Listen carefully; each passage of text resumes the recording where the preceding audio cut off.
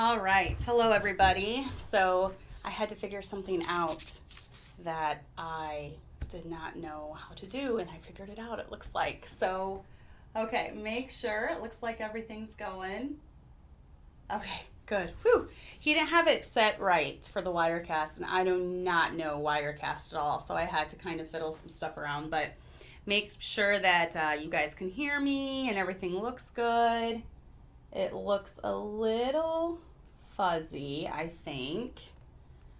Let me see. I'm trying to look at it. I'm watching it on my thing. It is a little fuzzy, isn't it? Do you guys think it looks a little fuzzy? I might try to adapt the settings a little bit. All right, just a second. Okay, so I think I have to turn this. No, that's Zoom. All right, maybe that's sharper. Let's try it. Okay. Let's see if this looks a little sharper. Hopefully that's a little sharper. Okay, let me know if that looks a little better. Okay, I'm looking at it on my thing. Let's see. Sorry, my husband's not here to kind of help, so I'm kind of doing it all. Okay. Does that look better? Let's see. Totally unprofessional at first, I know. It is a bit better. Does it need a little? It needs a little more though, I can tell. Okay. Here, let's put this water bottle here, and I'll try to okay. I think it was, no, I keep doing that, Cassandra, stop. Is it that? No, wrong way. Nope, that's getting fuzzier. That's getting worse too.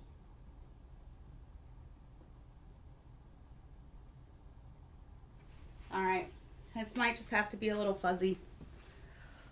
Okay, let's see. It is not. It's not as sharp as normal. I don't know what's going on. Okay, I'm kind of looking. I can see all my adjustments because the video has a little bit of lag. Sorry, guys. I kind of want to have it. Okay. It's still a little bit blurry. Here, let me move this back a little.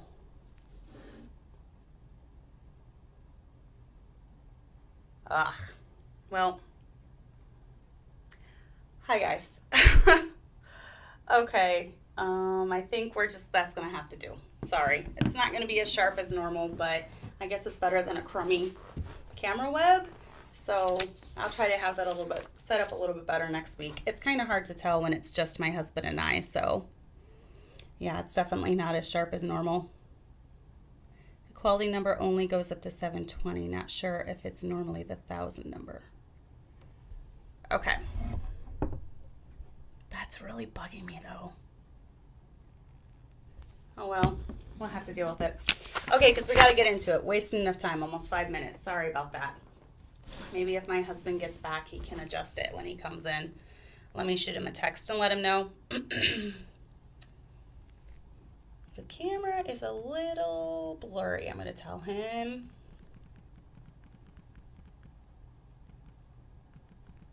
If you come back, can you adjust it? There we go. Okay, so now he knows to come back and adjust it once he... All right, I'll put a minute marker for when it actually starts. See, the water bottle is super crisp, but I am not. So I'm almost like wondering if the camera is focusing on the water bottle or something. The water bottle is really crisp and the microphone, but my face is not. Oh well, I'll have to do. Okay, so today we are doing a question answer. I'm excited about next week. I'm going to have my friend Amber Hunt on, and this is a show next week for all you moms with littles. We're just going to talk about the beauty and the chaos and all the struggles that comes with having children, lots of little ones in the house. So next week we are going to have that topic. This week we are going to have a question and answer. I have some questions here that people have submitted, but I would like for you guys to leave questions in the chat if I can get to them, and I'm sure I will. There's not a super lot that were left, so I do want to answer questions throughout too. Having live question and answers is fun, and it's fun to just, do them as you are, as you guys write them out and everything. So he said I might have to switch to the webcam, but I don't even see an option of doing that. I don't think he put that option on. So I'm just gonna stick with this. So sorry if it's a little fuzzy. Yes, Amber is a great mama. She's doing a great job. And she's got a lot of little kids, so. Okay, but let's go ahead and get into the subject. And my husband just said he's not gonna be back. So I think you're gonna just have to deal with fuzziness. Sorry, guys. I'm gonna try to keep a close eye on the chat. I don't know how. No, I don't. Okay. So let's go into the questions for this week. The first question that I got was how to navigate, and I really haven't thought much about these, so I'm kind of just going to be answering them. Little disclaimer, this is just my personal opinion with a lot of this stuff. This is how I've done things with my kids. Obviously, I'm always learning and I'm always growing. So 5 years from now, my advice might look different than it does now. I have pretty much been through every season of raising kids with the exception of getting my kids to the altar. So that's the next step, is when they start finding spouses and start getting married. So that's the next adventure that we're going to be going on. That's pretty much the only thing I haven't been through yet. I've been through every age up to almost 20. So this is just stuff we've done in our house, stuff we've done with our family. But remember, every family is different and every home is different. And only do what your husband wants you to do and try to follow his leading when it comes to a bunch of stuff. But this is how I do stuff with my own kids. So someone asked how to navigate friendships and acquaintances with different values or boundaries. Things like what we watch, listen to, wear, do, like screens and sleepovers. Okay, so the basic way that we work things in our home is, number one, we really don't do sleepovers. So the only sleepovers that we've ever really done in the past have been overnighters at church, which is really fun. And that is, my kids love it. We just did one with the girls, I don't know, a few months back. So everyone comes to the church and we camp out. So most of the girls, their moms come with, and then that way we're in a controlled environment. Our kids have fun with their friends, and nothing's ever happened at one of those that we've conducted. So we pretty much lock down the church. Once it turns dark, we lock down the church and we have a fun sleepover. So we approve whatever movies are watched, whatever games are played, so we're there overseeing all of it. So that is kind of the way we do sleepovers with friends. With family, we have allowed them to sleep over when I've been with them at my sisters or at grandparents. We allow them to sleep over at grandparents. But when it comes to people that have different boundaries than me, I don't do sleepovers. So every house is different, and you have to decide what your boundaries are when it comes to that. But there has been too many instances of child sexual abuse that happens at sleepovers, and people that family members trusted, even sometimes family, child sexual abuse actually happens quite a bit with family members or people that you know really well. So in fact, most of the time when that happens, it is with someone that you know very well or another family member. So we have a pretty strict standard when it comes to that. When it comes to just maybe friends, though, going over to someone's house maybe for like a play date. Most of the time I've been there. So, I kind of set the rule. Can I watch this movie? No, we don't. I don't really want you to watch it, or whatever.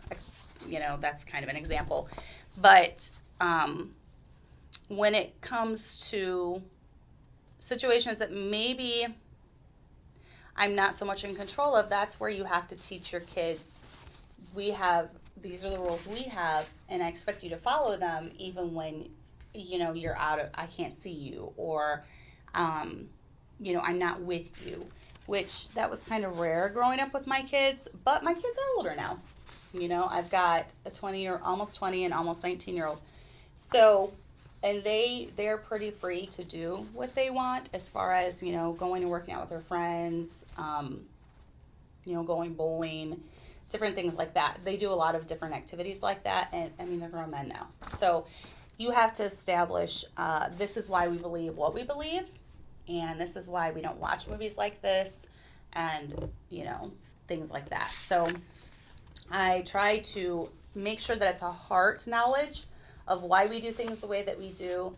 And then I also I oversee most of the things that go on. So, but then, so that's just kind of how we do things. And then someone said, I missed one of them. Okay.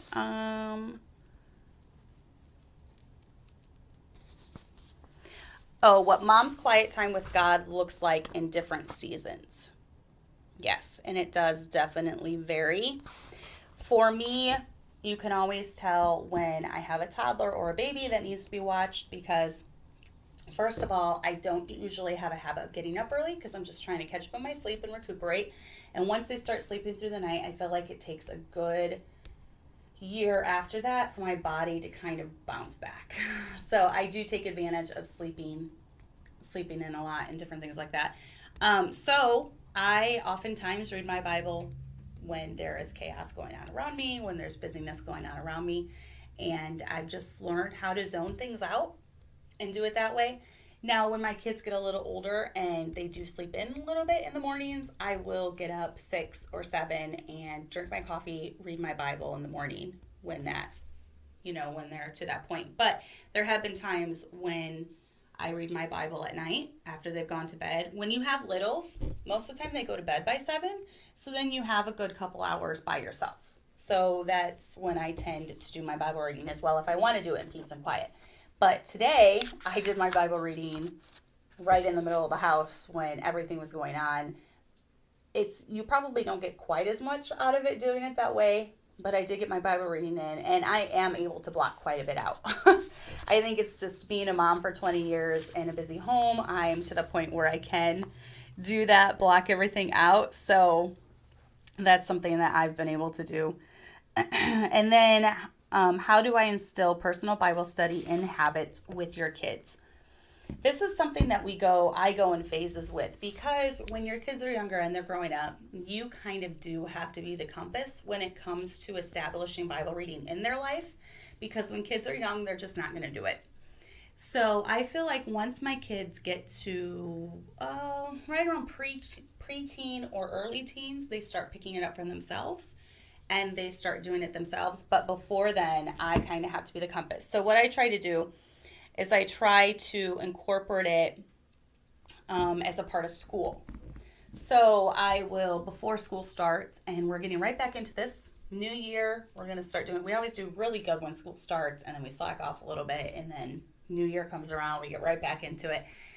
But I always have them on a loose schedule and have them do 10 or 15 minutes of Bible reading before school every day. So that is one thing that we do. And then that just gets them into the habit of reading at least 5 or 6 times a day then. Also, another good incentive is doing a Bible reading plan with your kids. Maybe having a challenge. I know Chloe in the past, Abby too, have done the challenge with me in January to read through the New Testament in a month.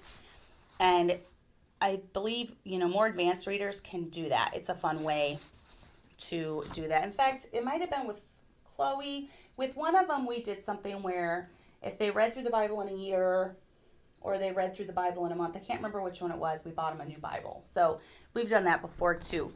They needed a new Bible. I thought it was a good incentive, and they had fun doing it. So those are a couple things I've done. And then biblical discipline.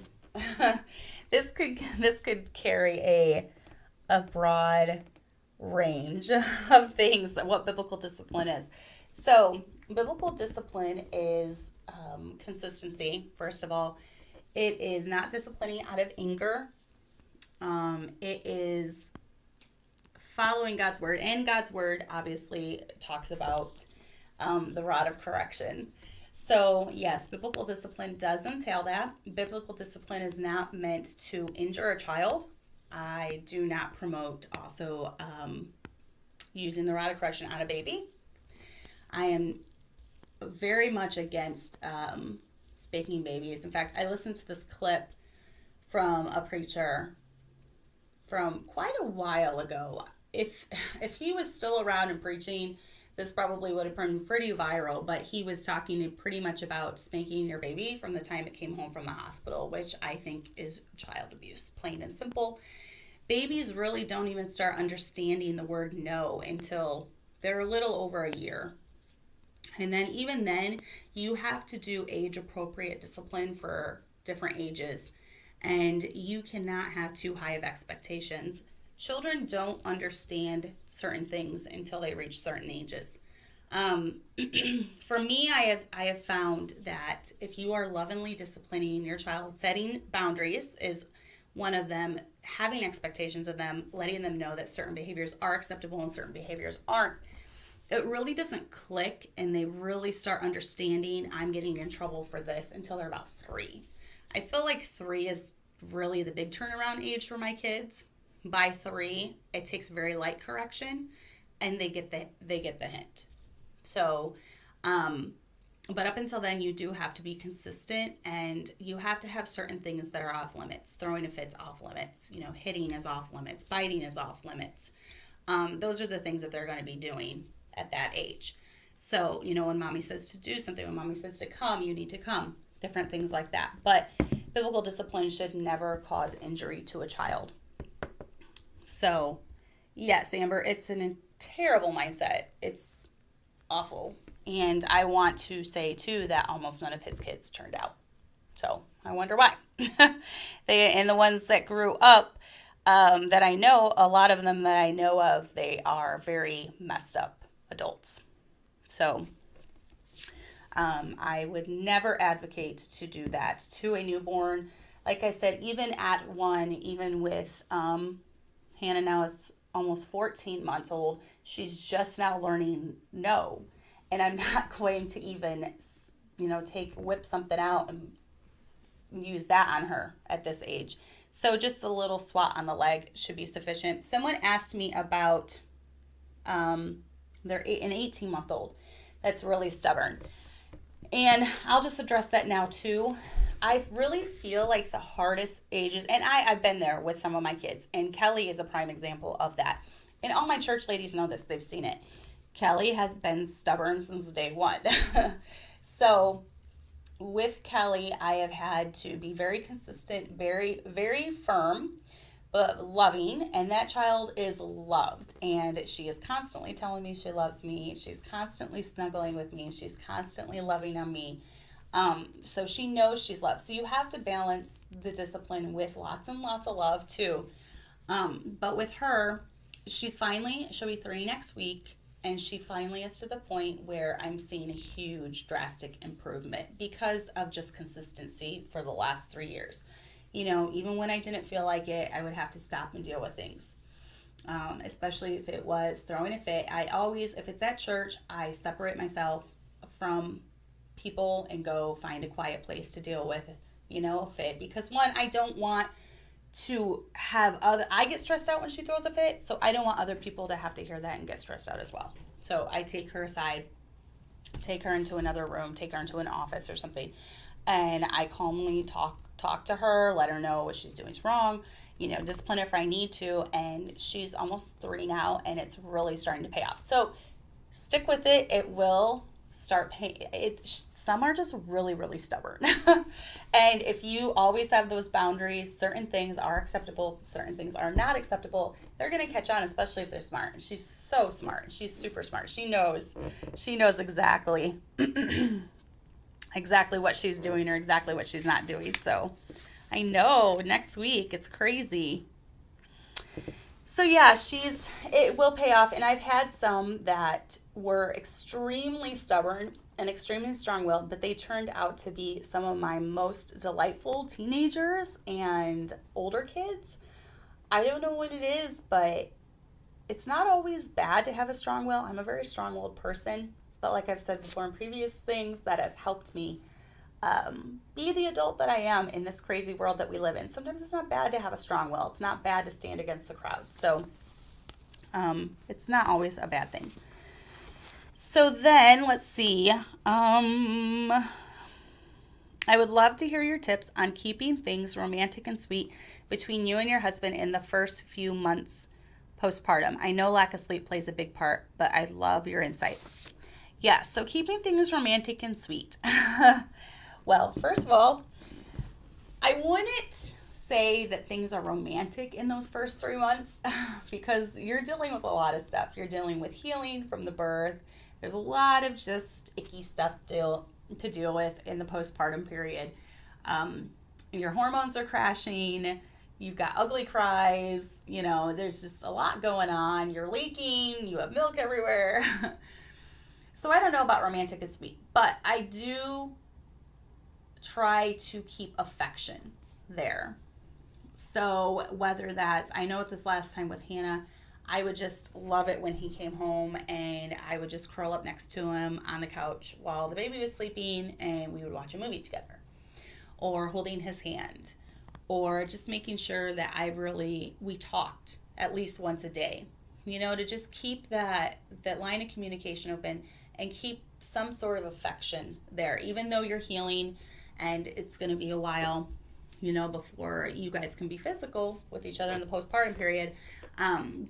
You still need to touch another human being, someone other than a baby being attached to you. You need to have a hug or a cuddle or something like that. So that is one thing that I really try to do, is just make time, or at least once a day, snuggle, with your husband, or, touch him, be affectionate with him, whatever. So that's one thing that I have tried to do. So exactly, Jessica. And Kelly's hilarious. Even when I'm disciplining her, sometimes she's hilarious. Today she threw a fit about something and she's tired. She hadn't had a nap, so she's a little more emotional. Well, I took her and I dealt with her. And then I told her when I was done, I was like, okay, you need to stop now. You need to stop crying. And she just said, not yet, Mommy. Not yet. She wasn't ready to stop crying, but it was so funny that she was just like, not yet. I want to keep crying. But she did stop. She's to the point now where I usually just have to correct her one time and she straightens up. So she'll cry a little bit, but then she stops crying and she straightens up. So she's learned really, really well. So it's paying off. It's been a long 3 years. It's been a long 3 years with Kelly. And I also read something, they've done studies on kids when it comes to different personalities and things, and they found that most children do not understand patience or develop patience until they're 3. And it's funny because I actually recorded it. I meant to put it on my stories, but yesterday we were in Dunkin' Donuts drive-thru, and she's finally to the point where she's understanding. She's very smart when it comes to comprehension and talking and things like that. And we're in the drive-thru, and she was fussing back there because I had told her I was going to get her some donut holes, and she wanted her donuts right then because I had already ordered them, but we weren't to the window yet. So I had to explain to her, I'm like, Kelly, and this is another thing I do with my kids, even when they're 2 and 3, I talk to them like they have an adult mind. Like I talk to them in a way that eventually they'll understand. I said, Kelly, we ordered them, but we have to get to the window first. And then when we get to the window, then we can have our donuts. Can we just stop crying until we get to the window? And then she was like, yes. Like she kind of it finally clicked with her. But so then as soon as we got to the window, she was like, okay, I want my donut holes now. So she understood that. But it's to the point where I can explain something to her and she will understand it for the most part. So, but that usually happens around 3. So I'm telling you, hang in there. Sometimes it's a long 3 years with some stubborn ones, but it will definitely pay off. I'm here to encourage you. It will definitely pay off. So, and then someone said, I would like to have advice on all the above topics, but also a big helping of how grace through Jesus Christ guides us through all of the above. And mostly how to teach my kids that too. Jesus loves us as we learn. He doesn't berate us as moms or new to the faith as we make mistakes. That would be ridiculous. Let go of our mistakes and sins, as well as forgiving our kids and loving them through their mistakes. And this is a really good one, because just as we don't like for our wrongs and our mistakes and everything to be brought up over and over and over again, we should try to treat our children the same way, as far as, just making sure that we don't constantly bring up their faults, or, and this is one thing that was good when I was growing up. This was one good thing. My mom, like, anytime I would mess up, we would talk about it, it would be dealt with, and then she would never bring it up again. So that was really nice. And I always tried to remember that, and I've tried to do the same thing with my kids. They don't need you to keep bringing up their past wrongs over and over and over again and holding over their head. And I try to think of it this way too. How would I feel if God responded to me this way?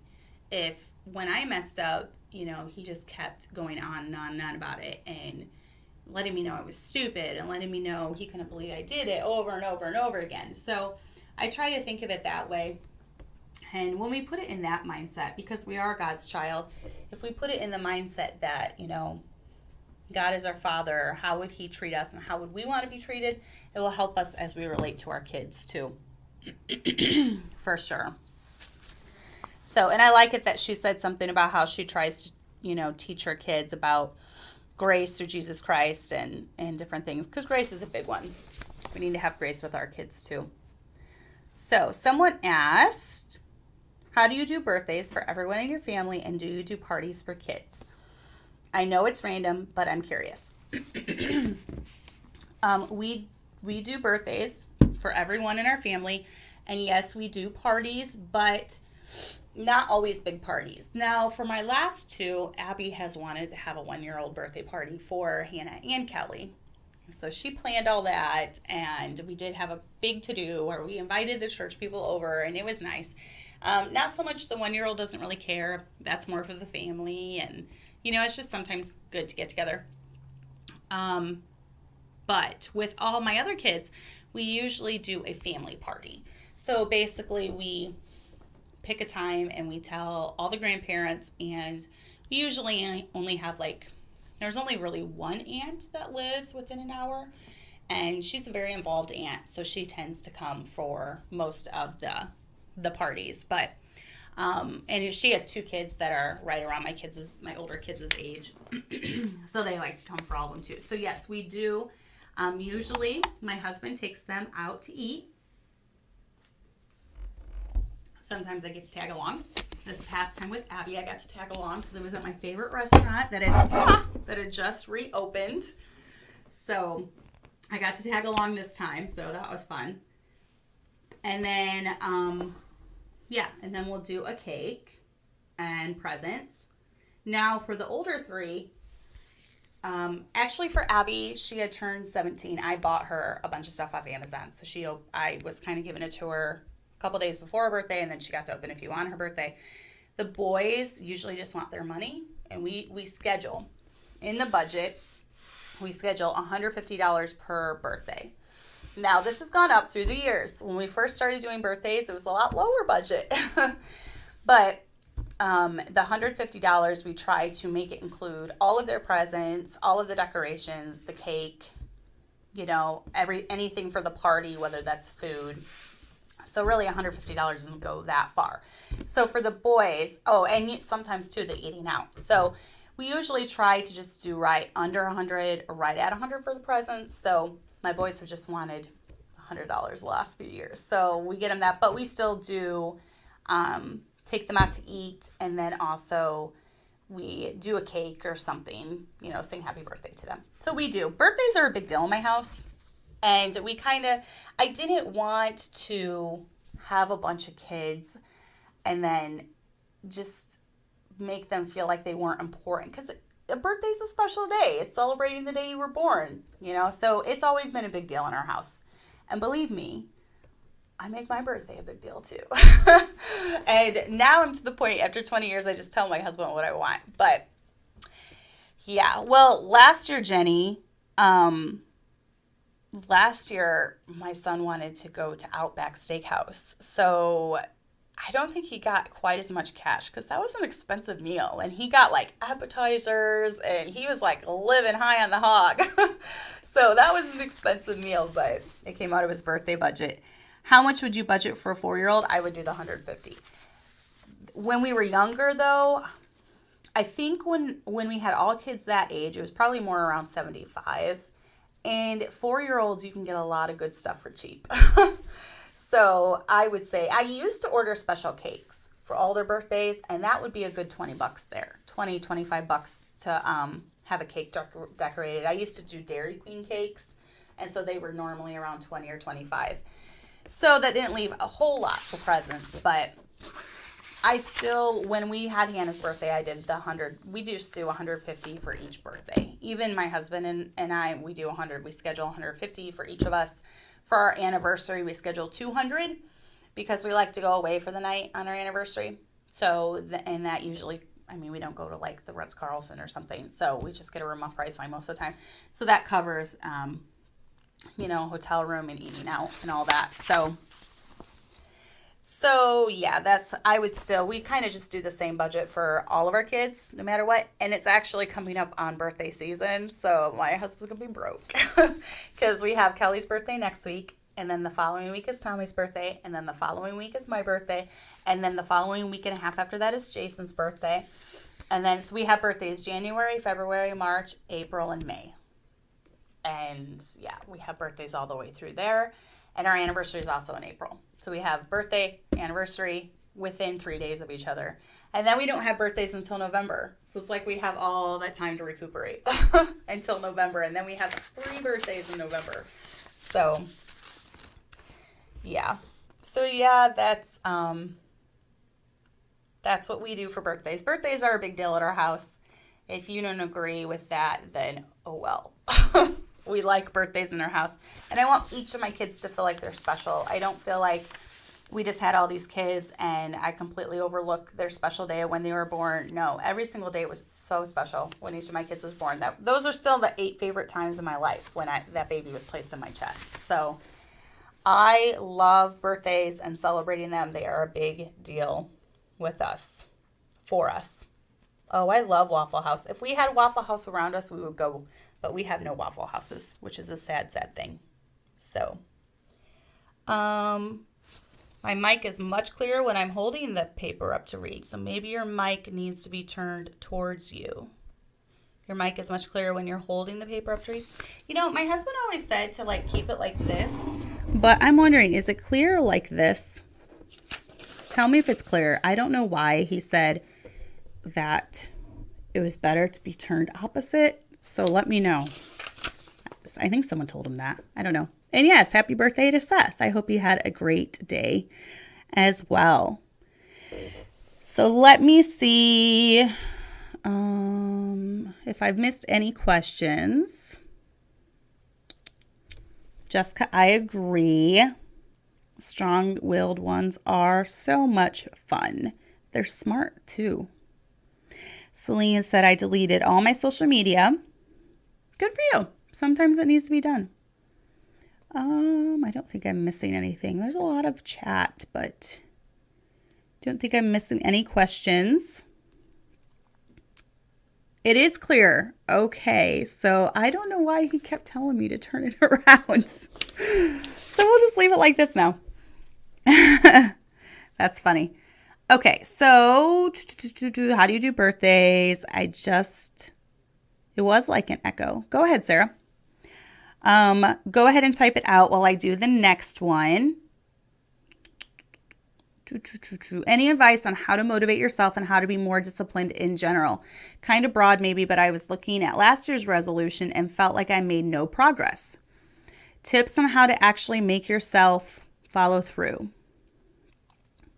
Okay, so how do I motivate myself? I read a quote once that said, no one has motivation. You just have to get up and get going. And then once you do, you'll be motivated. And I kind of agree with that because there's some days where I just don't feel like doing anything, but I have to. The kids have to get schooled on. I have to teach on Tuesday, Wednesday, or Thursday. And the house has to get cleaned. The meals have to get made. The laundry has to be done. So sometimes you just have to start doing it, and then the motivation will follow once you start doing it. There are certain things that I just mentioned that are absolutes. They have to get done. So there are other things that are not absolutes, that are things that I can maybe put off, things that don't need my attention, as much, but there are some absolutes in my life. Now, as a Christian, I believe that absolutes for you should probably include Bible reading. That should always be an absolute. Just if we want to get closer to God, we need to know His Word. So that's kind of a given.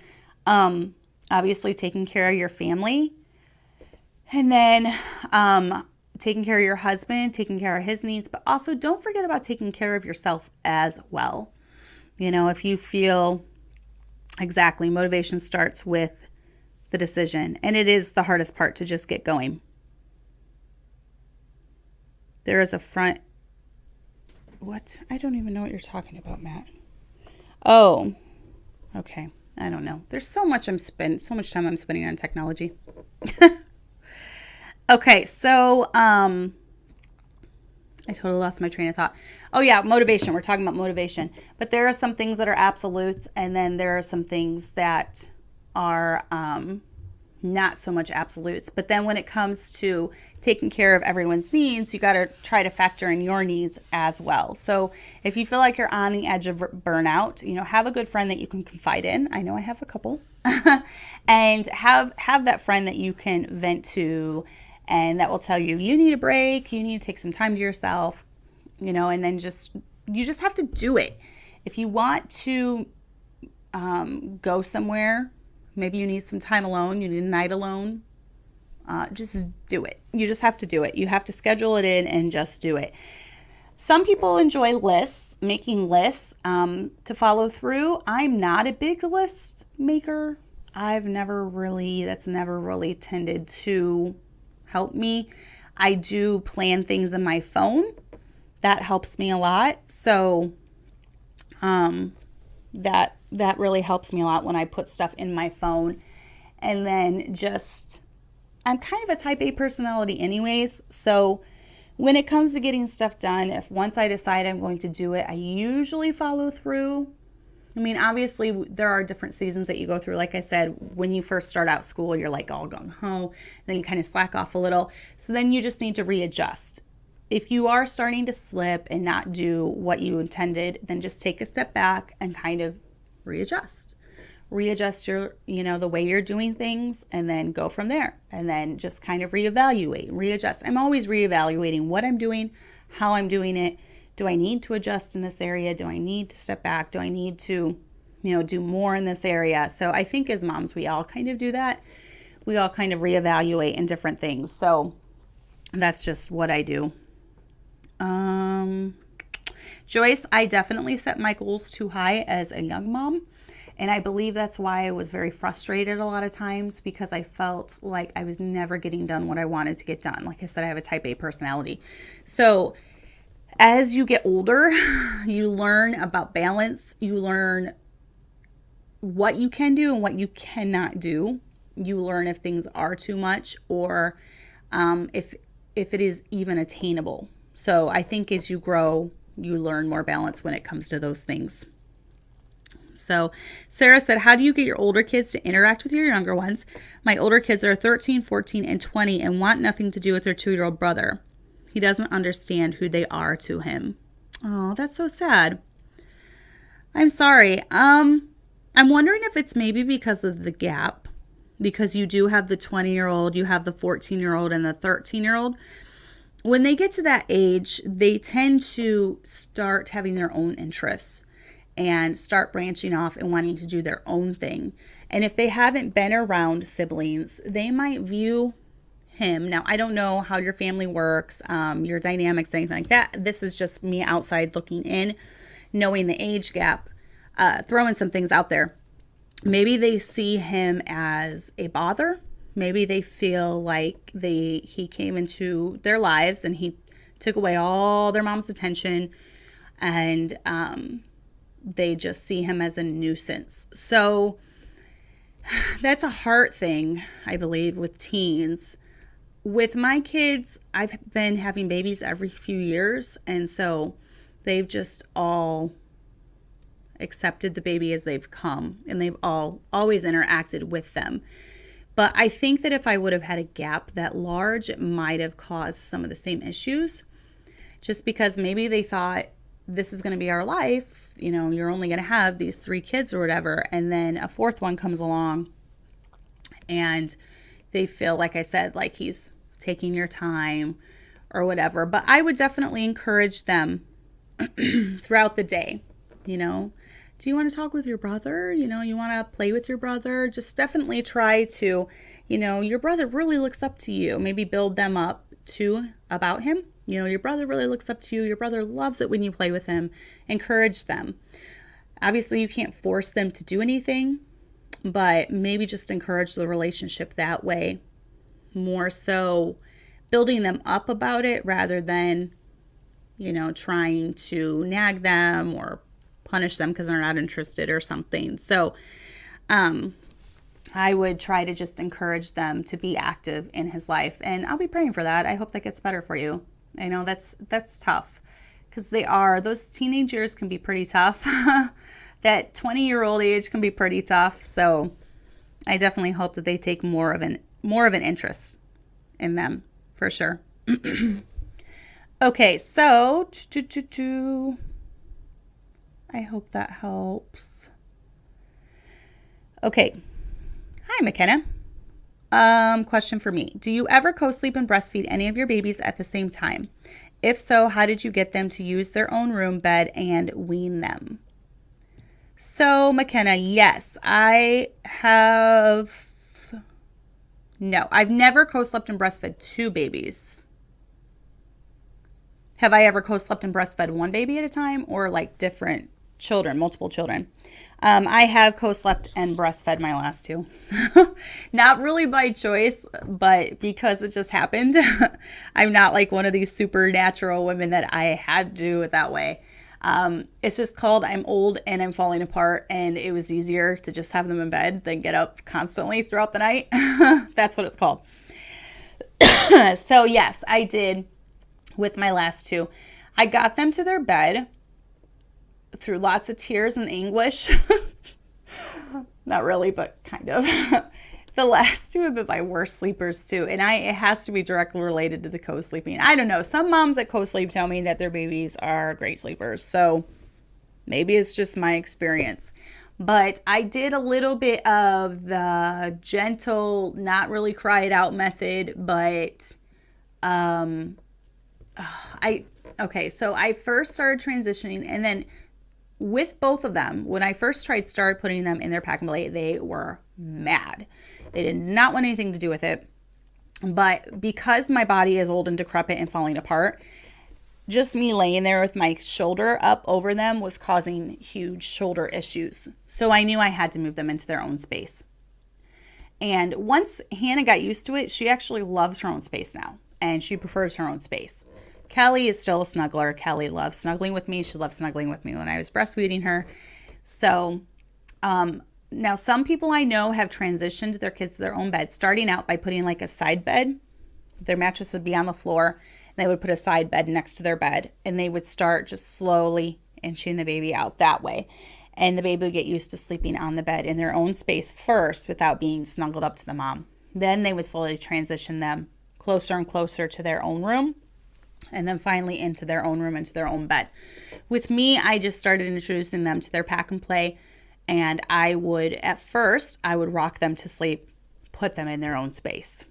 Then I would try laying them down with a bottle, excuse me, or a pacifier, and do it that way. Now I'm to the point where I just lay Hannah down and she goes to sleep in her own space. It doesn't really work at church here. I've tried it a few times, but in her own bed, in her own house, the fan's running. I always have the fan running, and then I just lay her down and she goes to sleep.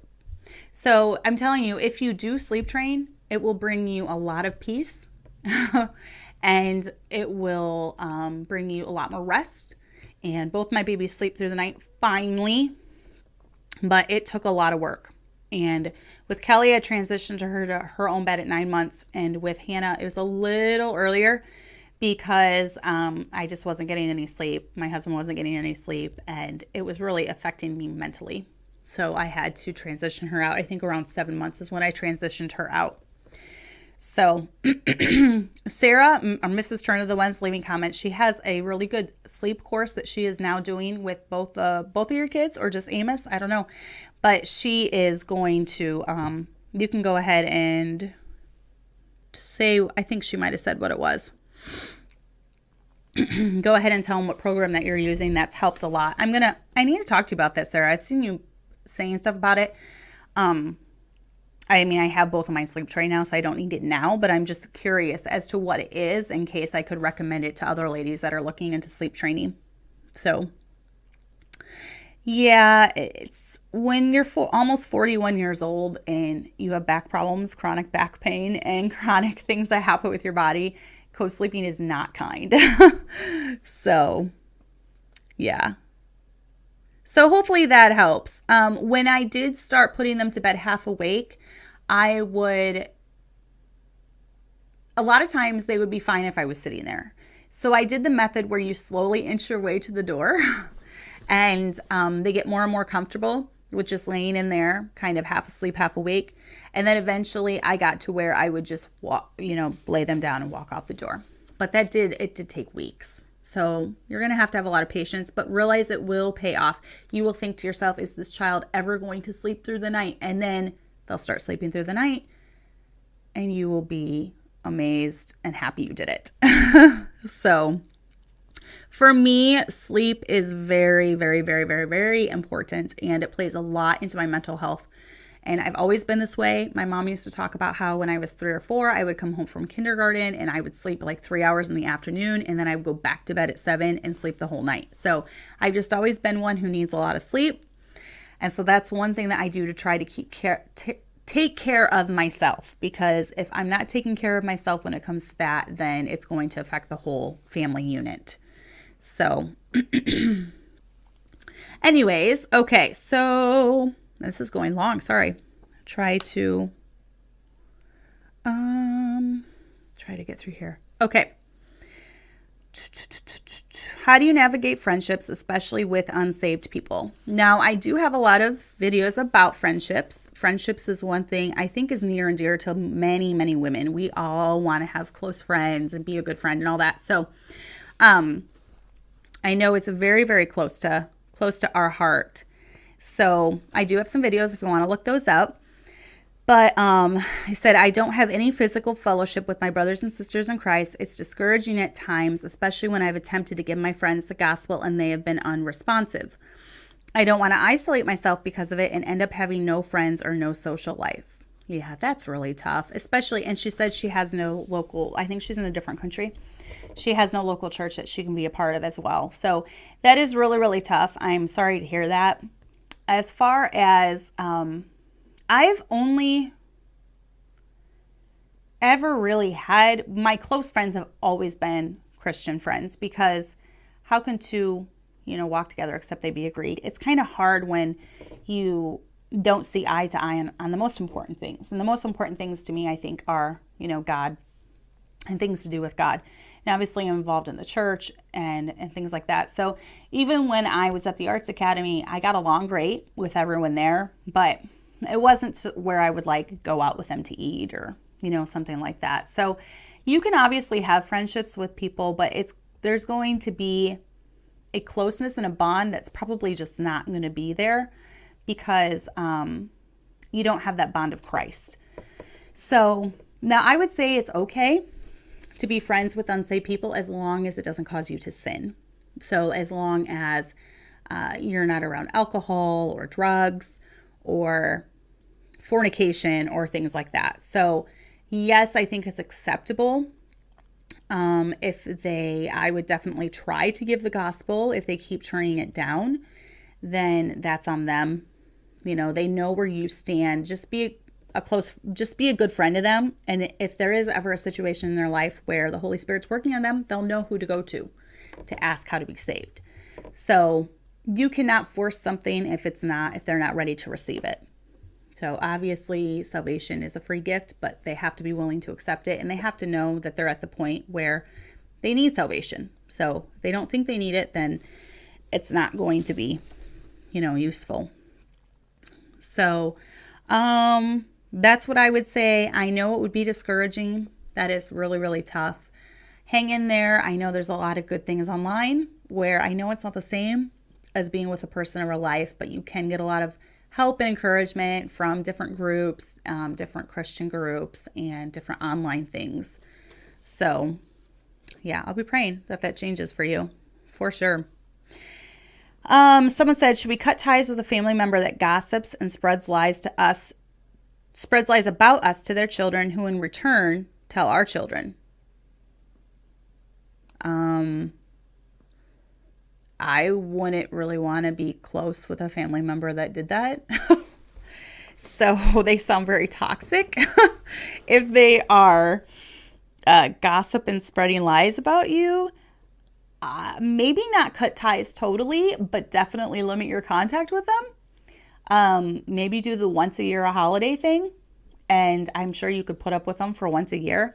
But as far as close contact, I wouldn't want to have close contact with a family member that was doing that was gossiping about me and lying about me. So no, I wouldn't get far away from that. This last year has been really, really good for me to learn how to set boundaries in my life and realize that there are certain behaviors you don't have to put up with and you don't have to have around in your life. And that would be one of them. So especially if your kids are hearing it, that's just kind of weird. House cleaning motivation. I was kind of laughing today, and I told Abby, I said, as she was going around cleaning everything, I said, someone asked me about house cleaning motivation and how do I, especially when you clean and everything's dirty the next day. This is my motivation. Train your kids when they're young, and then when they get older, the house magically cleans itself. Not really. The kids are the ones doing it. But it is so much easier. I'm pretty much just the overseer now. I take care of folding all the laundry, but I usually have my kids switch it. I fold it all on my bed and I put it in piles and then they put it away. So I'm the one that I fold pretty much all the laundry still. That's like my one thing I do. That's why I'm always behind. The kids pretty much do the vacuuming, clean the bathrooms. Abby is a Nazi about the kitchen. She keeps it clean all the time. She likes to do most of the cooking. And I actually told her tonight that I don't want her to ever get to the point where she feels like she's forced to. So my husband's at the door. I'm still alive. Oh, you want me to fix it? Yeah, you can come try to fix it if you want. We've had a lot of technical issues tonight. And they said also they can hear better when it's like this. Okay. So I don't know. Okay, he just got back in, so. I mean, if it's okay. You gotta watch your screen. Oh, it's still fuzzy. I don't know why. Oh, that's a little better. That looks a little better. I can't really tell. I've been kind of looking at my phone, trying to tell. All right, just a second, guys. I've spent so much time trying to figure this out.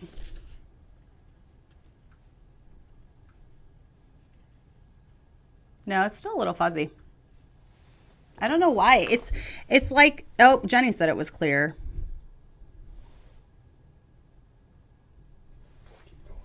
Yeah, okay. You figured it out. Oh, are you looking? Okay, so yeah, house cleaning motivation. My biggest motivation for that is just train your kids when they're younger and they will help you as they get older. And my house pretty much stays clean most of the time now. And every kid kind of gets their own special place of the house that they do. They get to where they, that's really fuzzy. They get to where they like doing certain things. So some of my kids like doing the kitchen. Some of my kids like doing the bathrooms, different things like that. So yeah, it's blurry now. Okay. I can't. If there's a delay, you have to look on there. Yep. All right, that's clear now. Well, I'm looking at my phone. It was clear. Yep. Okay. So, and then any help for when we attend a church that uses multiple modern translations and has some false doctrines, except they seem to have salvation correct. How can we endure and survive through the false teaching?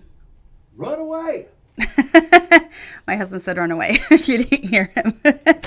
I knew he was listening to that question. I knew he would put in his 2 cents. So he would never recommend going to a church that uses multiple modern translations. So he would suggest that you do not go to that type of church. A lot of these more liberal churches that have the modern translations, they do seem to have salvation right. So that is the one good thing about it. But me personally, I don't think I could sit through a church service where they used different translations and things. He has 2 really good sermons about that he just preached yesterday, which is probably why he yelled that, about God's word being perfect and preserved. And we find that in the King James version, I believe. So does it look good, Tom? Okay, sorry for all the technical things. We'll try to have it a little bit better next week before he leaves. He always comes with me, sets it up, and then goes and works out. So yes, I would say I wouldn't endure and survive it. I would probably try to find a better church, personally. That's one of those things for me, for our family, is a absolute, is that they have to use the King James. And then false doctrines, I guess it depends on what false doctrine you're talking about. If they have salvation, right, that's good. But once again, I couldn't get over the versions thing. So I wouldn't want to go to a church that had that. What if you don't have a choice? Why don't you have a choice? I guess I would have to know why you don't have that choice. Is it because there's literally no other churches anywhere around you, or your husband wants you to go there? If it's your husband that has you going there, then you're just going to have to grin and bear it, I guess, and then try to teach your children the correct thing when it comes to versions, the correct thing when it comes to doctrines, different things like that. So yeah, I would ask, why don't you have the choice? Is it your husband's choice, or is it just you really have no other churches? I feel like we're spoiled in America because there are most places you can find a good IFB King James only church within 30 miles or so. So yeah, I'm just wondering why there is no other choice other than that. So what is your best advice for homeschooling multiple younger students in the most effective way? 4th grade, 2nd grade, and K4. I would get a very doable curriculum where they can learn to be self-taught or self-motivated. For my family, that is ACE.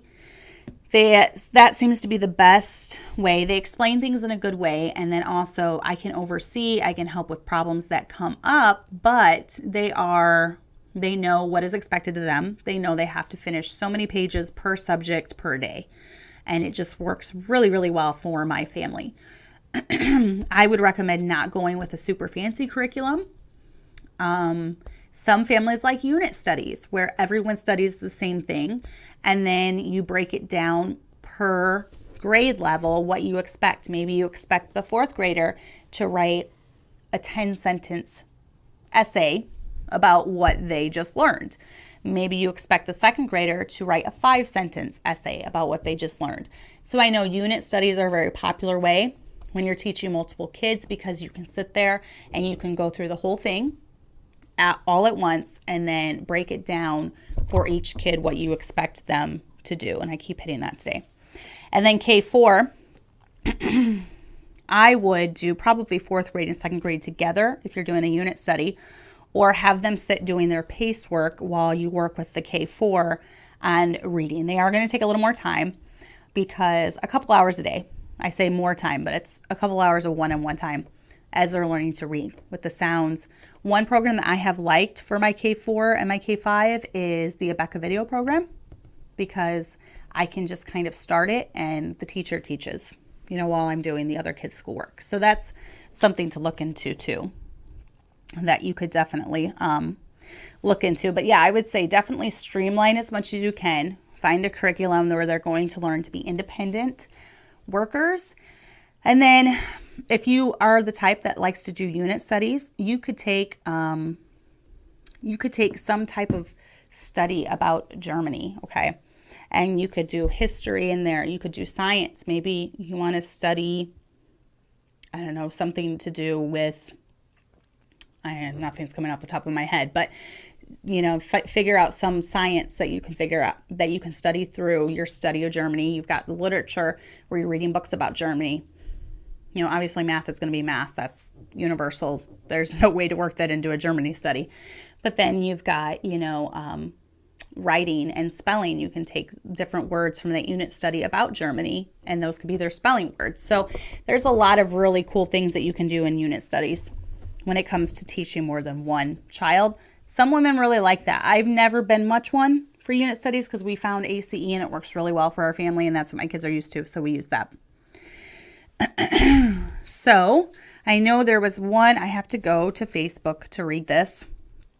There was a couple other questions I'll get to really quickly, and then we will wrap it up because now my husband's out there waiting for me. Okay, so I got some right at the end. I went to the 18-month-old question, and then how do you get the spark back in your marriage? More than just going through the motions, especially your husband. Basically kind of what I was talking about with the question about the postpartum period. You'll have to be intentional about it. So, make your husband your priority. Also just really pay attention to him. Talk to him, communicate with him, make it, schedule things in if you have to, schedule dates in, schedule alone time in, make him priority, put the kids to bed early so that you can go to bed at the same time as him, make him your number one priority for a while. And then chances are he will very likely respond in a very good manner that way. I mean, just like you like having attention lavished on you, he does too. So he's human too. So that's kind of how I do. Ask him if you can go away for the night. That always kind of kindles things. Leave the kids with a trusted parent to watch overnight. We're to the point where our kids can govern themselves now. We have adults living at home, so we can go away overnight when we want to. And that definitely helps put the spark back in. But when you got lots of littles, it can feel a lot of times like you are just going through the motions, because sometimes you go through seasons where you're just trying to get through day to day. And that happens sometimes. So those are all kind of things that I try to do. We definitely go on weekly dates, sometimes twice a week dates. We go away for the night every few months. Those are all things that we do. And how do you keep your relationship strong with your teenage boys when you still have littles? It's hard to do things they enjoy doing when you have to keep the littles too. Yes, it is. This is definitely, I almost feel like, so I feel like every stage has its ups and its downs. I feel like I was just physically exhausted when I had littles. And then now that I have almost adults, teenagers, middle schoolers, littles, babies, I feel like I'm exhausted mentally and physically. A lot of the way I do things with my boys is I try to talk to them. We do things as a family still, such as bowling. We do activities with the whole family, and they've never griped about going along or, doing it. They came with us when we went to Peoria to see the lights, different things like that. Just keeping involved, being involved in their lives. And it is hard sometimes to kind of just realize that, okay, I need to put the babies down for a nap and I need to just talk to them. I need to reconnect.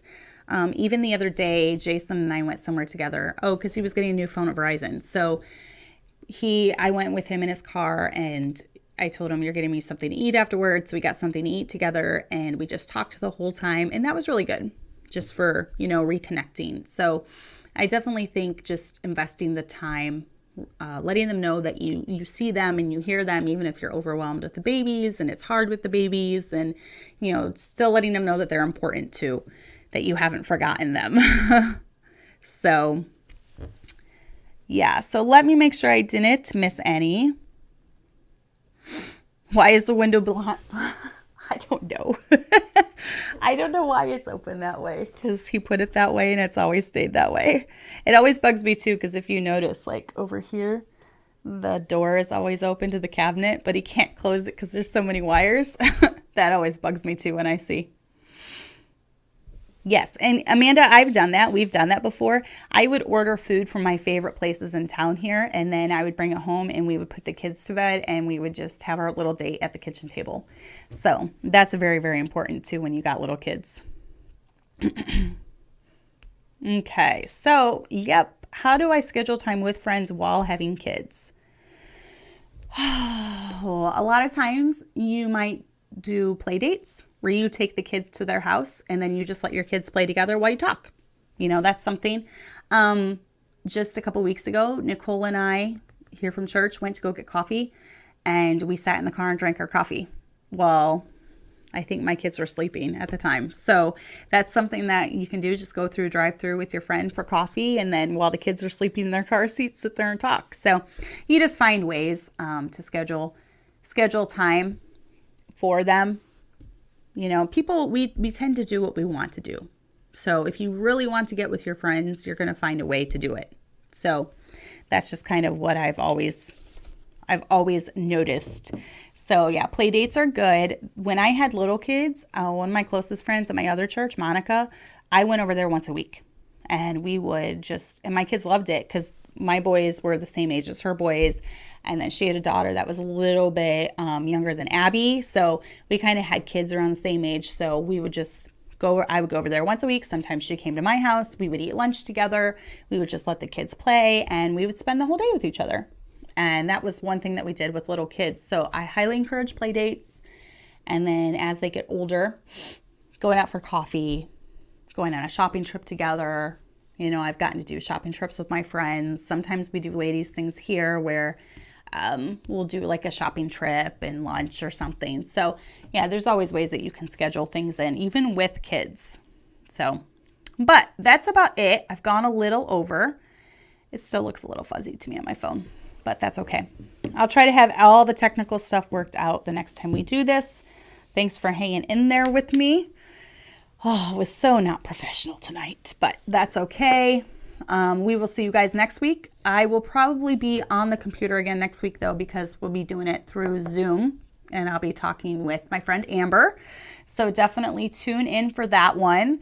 It's going to be good, especially for all you moms with little kids. I get asked so many questions about little kids. In fact, I feel like most of the women that watch probably have younger kids. I don't get asked many questions about older kids.